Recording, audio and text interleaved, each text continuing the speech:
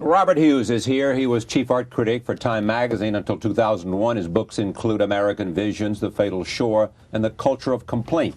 His new book is Goya. It examines the life and work of the Spanish artist. I am pleased to have Robert Hughes back at this table now or whenever he would like to come. Welcome. God bless you. Thank you. God bless you, my friend. I'm not sure when you first told me you wanted to write this book. Years ago. Yeah. I'd had it on my mind for a long time. I mean, Goya is, without question, one of the heroes of my life. I don't have sporting heroes, but I do have Goya. No. He just totally fascinated me, but I was never able to really find a way into him, because there isn't any diaries, there aren't any diaries, the letters exist, but they're fairly sparse. And yet, nevertheless, there was this feeling, which I felt very strongly, that he had a kind of, not exactly charismatic, but extremely strong character, which enabled him to negotiate all the things that were thrown in his way, principally, of course, his deafness, which, we think of... Came at what age? 46 or thereabouts. Yeah. And he was just stricken down, crushed under it like a bug under a harrow, suddenly he couldn't hear the rest of the world. Now, we think sometimes that deafness is a bit comic. Hello, hello, Charlie? Not at all, no. It's more like that frightful utterance of one of Blake's mythic heroes where he says, lost are my emanations, meaning any form of self-expression. You're cut off. That's what happened to Goya, and to see him fighting his way through it to a new subject matter, to a subject matter which hadn't existed in painting really before, and which becomes an essential link to the modernity that was coming. Yeah, that was something. That may be the answer in part to the next question that I want to ask you is, what is his significance and why is he important? Because you once said, as an art critic, if you don't understand or approach Goya, then you are illiterate. Yeah, I think that's true. In the same way, if you're a literary critic and you can't deal or won't deal with Dickens, or a music critic who won't deal with Beethoven, you're also illiterate. I mean, his genius is actually of that order. And he's a wonderful example of how very high art can at the same time be intensely democratic, how it can appeal to the, to the deepest and widest levels of the human psyche. Yeah. And do it in a way which cuts across all barriers of class, all of that sort of thing. He is marvellous at doing that. He has a kind of almost sleepwalking capacity to go through the normal barriers of communication. His time was what? His time was, well, he lived to an enormous age by the standards of the time. I mean, he was born in 1746 and he died in 1828.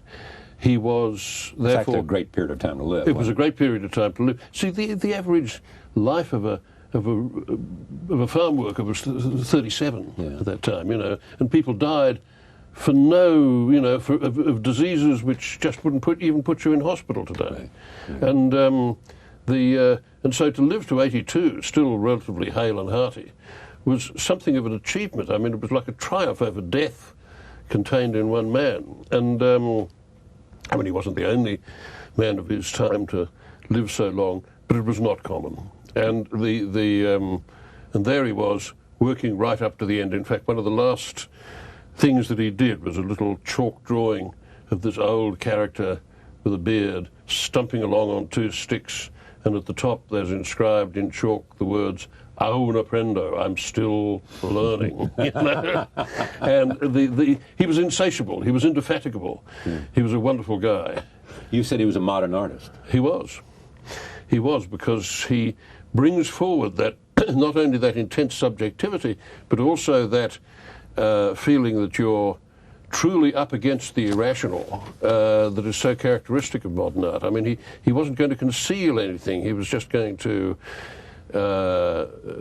make experience with all its contradictions clear. And he had to me, amazing capacity to go into that in an almost sacrificial way. Yet at the same time, he's the last old master, you say. He's the last old master. He's a wonderful portraitist. Yeah. He's a great portraitist of power and nobility. He was, after all, he did the best royal portraits ever. And you've got to remember that although there are a lot of people who think that, you know, I mean, here are these potato-faced Bourbons, you know, who haven't got any claim to any particular physical distinction or beauty. And people think that by painting them as they were, or as they looked, Goya was engaged in acts of satire against rubbish. I mean, he probably made them look better than they were, actually. He certainly made Ferdinand VII look better than he was. But they were a damned unprepossessing bunch. And, of course, as dysfunctional a family as the Windsors, I mean, they were really something. The present-day Windsors. Yeah, as the present-day Windsors. I mean,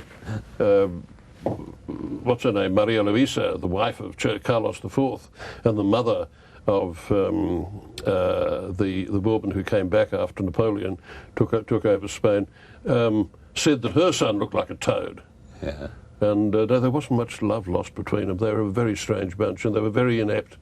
And there was Goya negotiating his way between these people and producing these truly memorable icons of kingship and queenship. Is he one of the great portrait painters? He's one of the greatest portrait painters ever, without a question. In fact, if I was asked to, I mean, he owed something to English portraitists like Gainsborough and Reynolds and Romney and so forth, but he, yeah, absolutely, he's one of the greatest. He's one of the greatest topographers of the human face that ever existed. And he's both extremely faithful and incredibly inventive.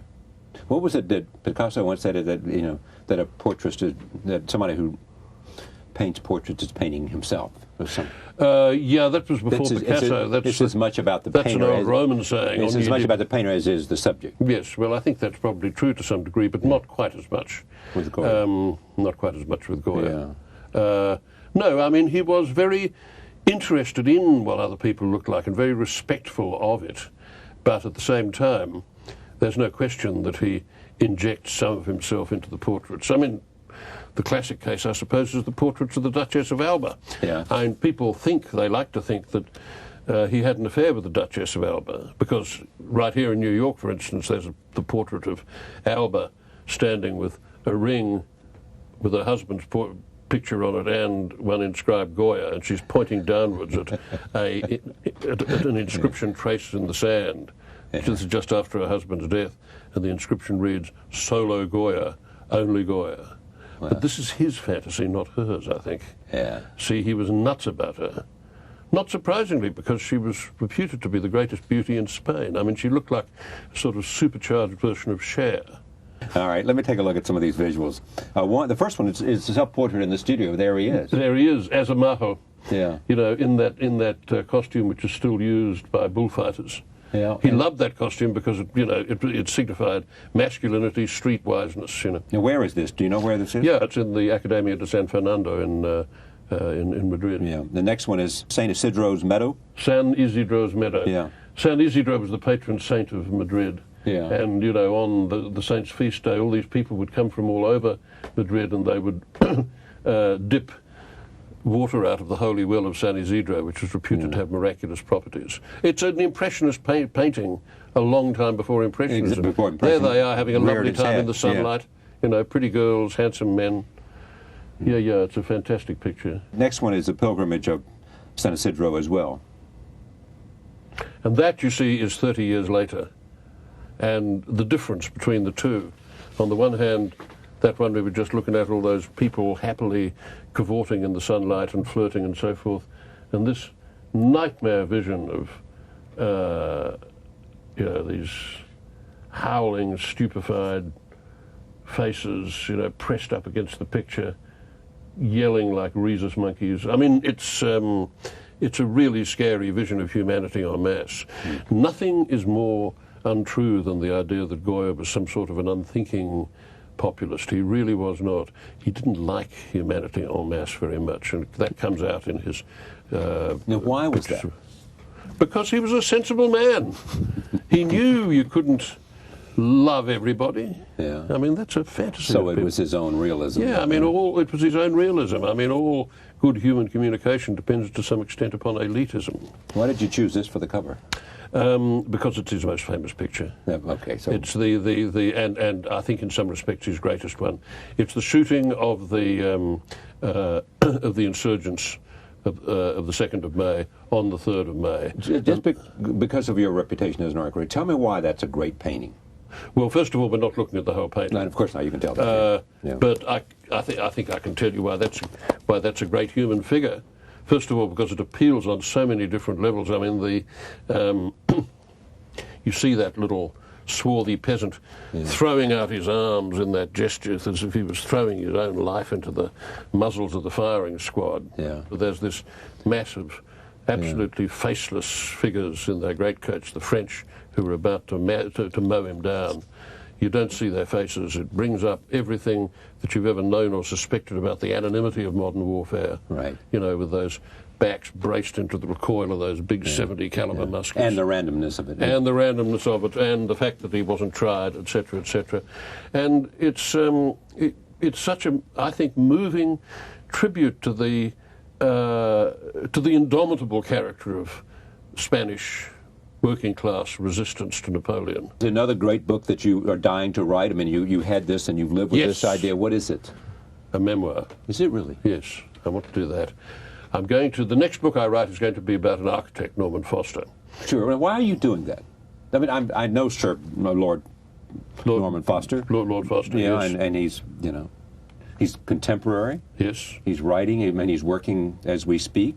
That's right. He's even having some work here in the United States. Or in the case of the World Trade Center, not having some work. Or not having, he wasn't selected there. Why him, and why an architect? I mean, he's, I studied architecture for 4 years at Sydney University.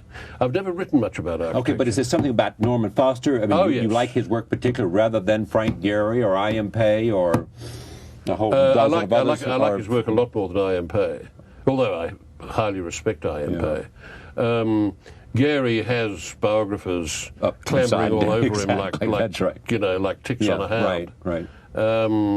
I just think it would be really interesting to write about somebody who practices an imaginative art at a very high level of professionalism and at the same time has interesting ideas about architecture. Do you still fish? I do, but I can't. I can't do heavy wading like I used to because of my leg. So you can't do fly fishing and wading out? I can sort of mince along the banks of the stream. Yeah, but you'd also go out on a boat too. Oh yes, you can do that. I can do that, but I can't go out on a boat in heavy weather and pump up tuna from great depths. All of that stuff I used to love doing. I hope I will someday get back to it, but at the moment I just can't. So the competition with the damage done to your body from the automobile accident is an ongoing competition. It's an ongoing competition. It's an ongoing sort of act of irritable rehabilitation. Yeah. I have no doubt that I will get it done. It's just that, when you're 65, as I am, it takes a little longer. I mean, if I was 25, it would be a different matter. If I was a young fellow like you. Yes, of course. Yeah, but I mean, we've told the story of Robert Hughes, who used to live in the village and roar around town on his motorcycle. On the Honda, sort of the romantic figure that he was at that time. I don't know that romantic, but I certainly get a slight twinge of nostalgia when I look at those photos. I had such a beautiful black leather jacket. Thank you for coming. Thank you for having me. This book is Goya, told by Robert Hughes. Let's do some more stuff here soon. Anytime, Capitan. Great to see you. And you. Thank you for joining us. See you next time.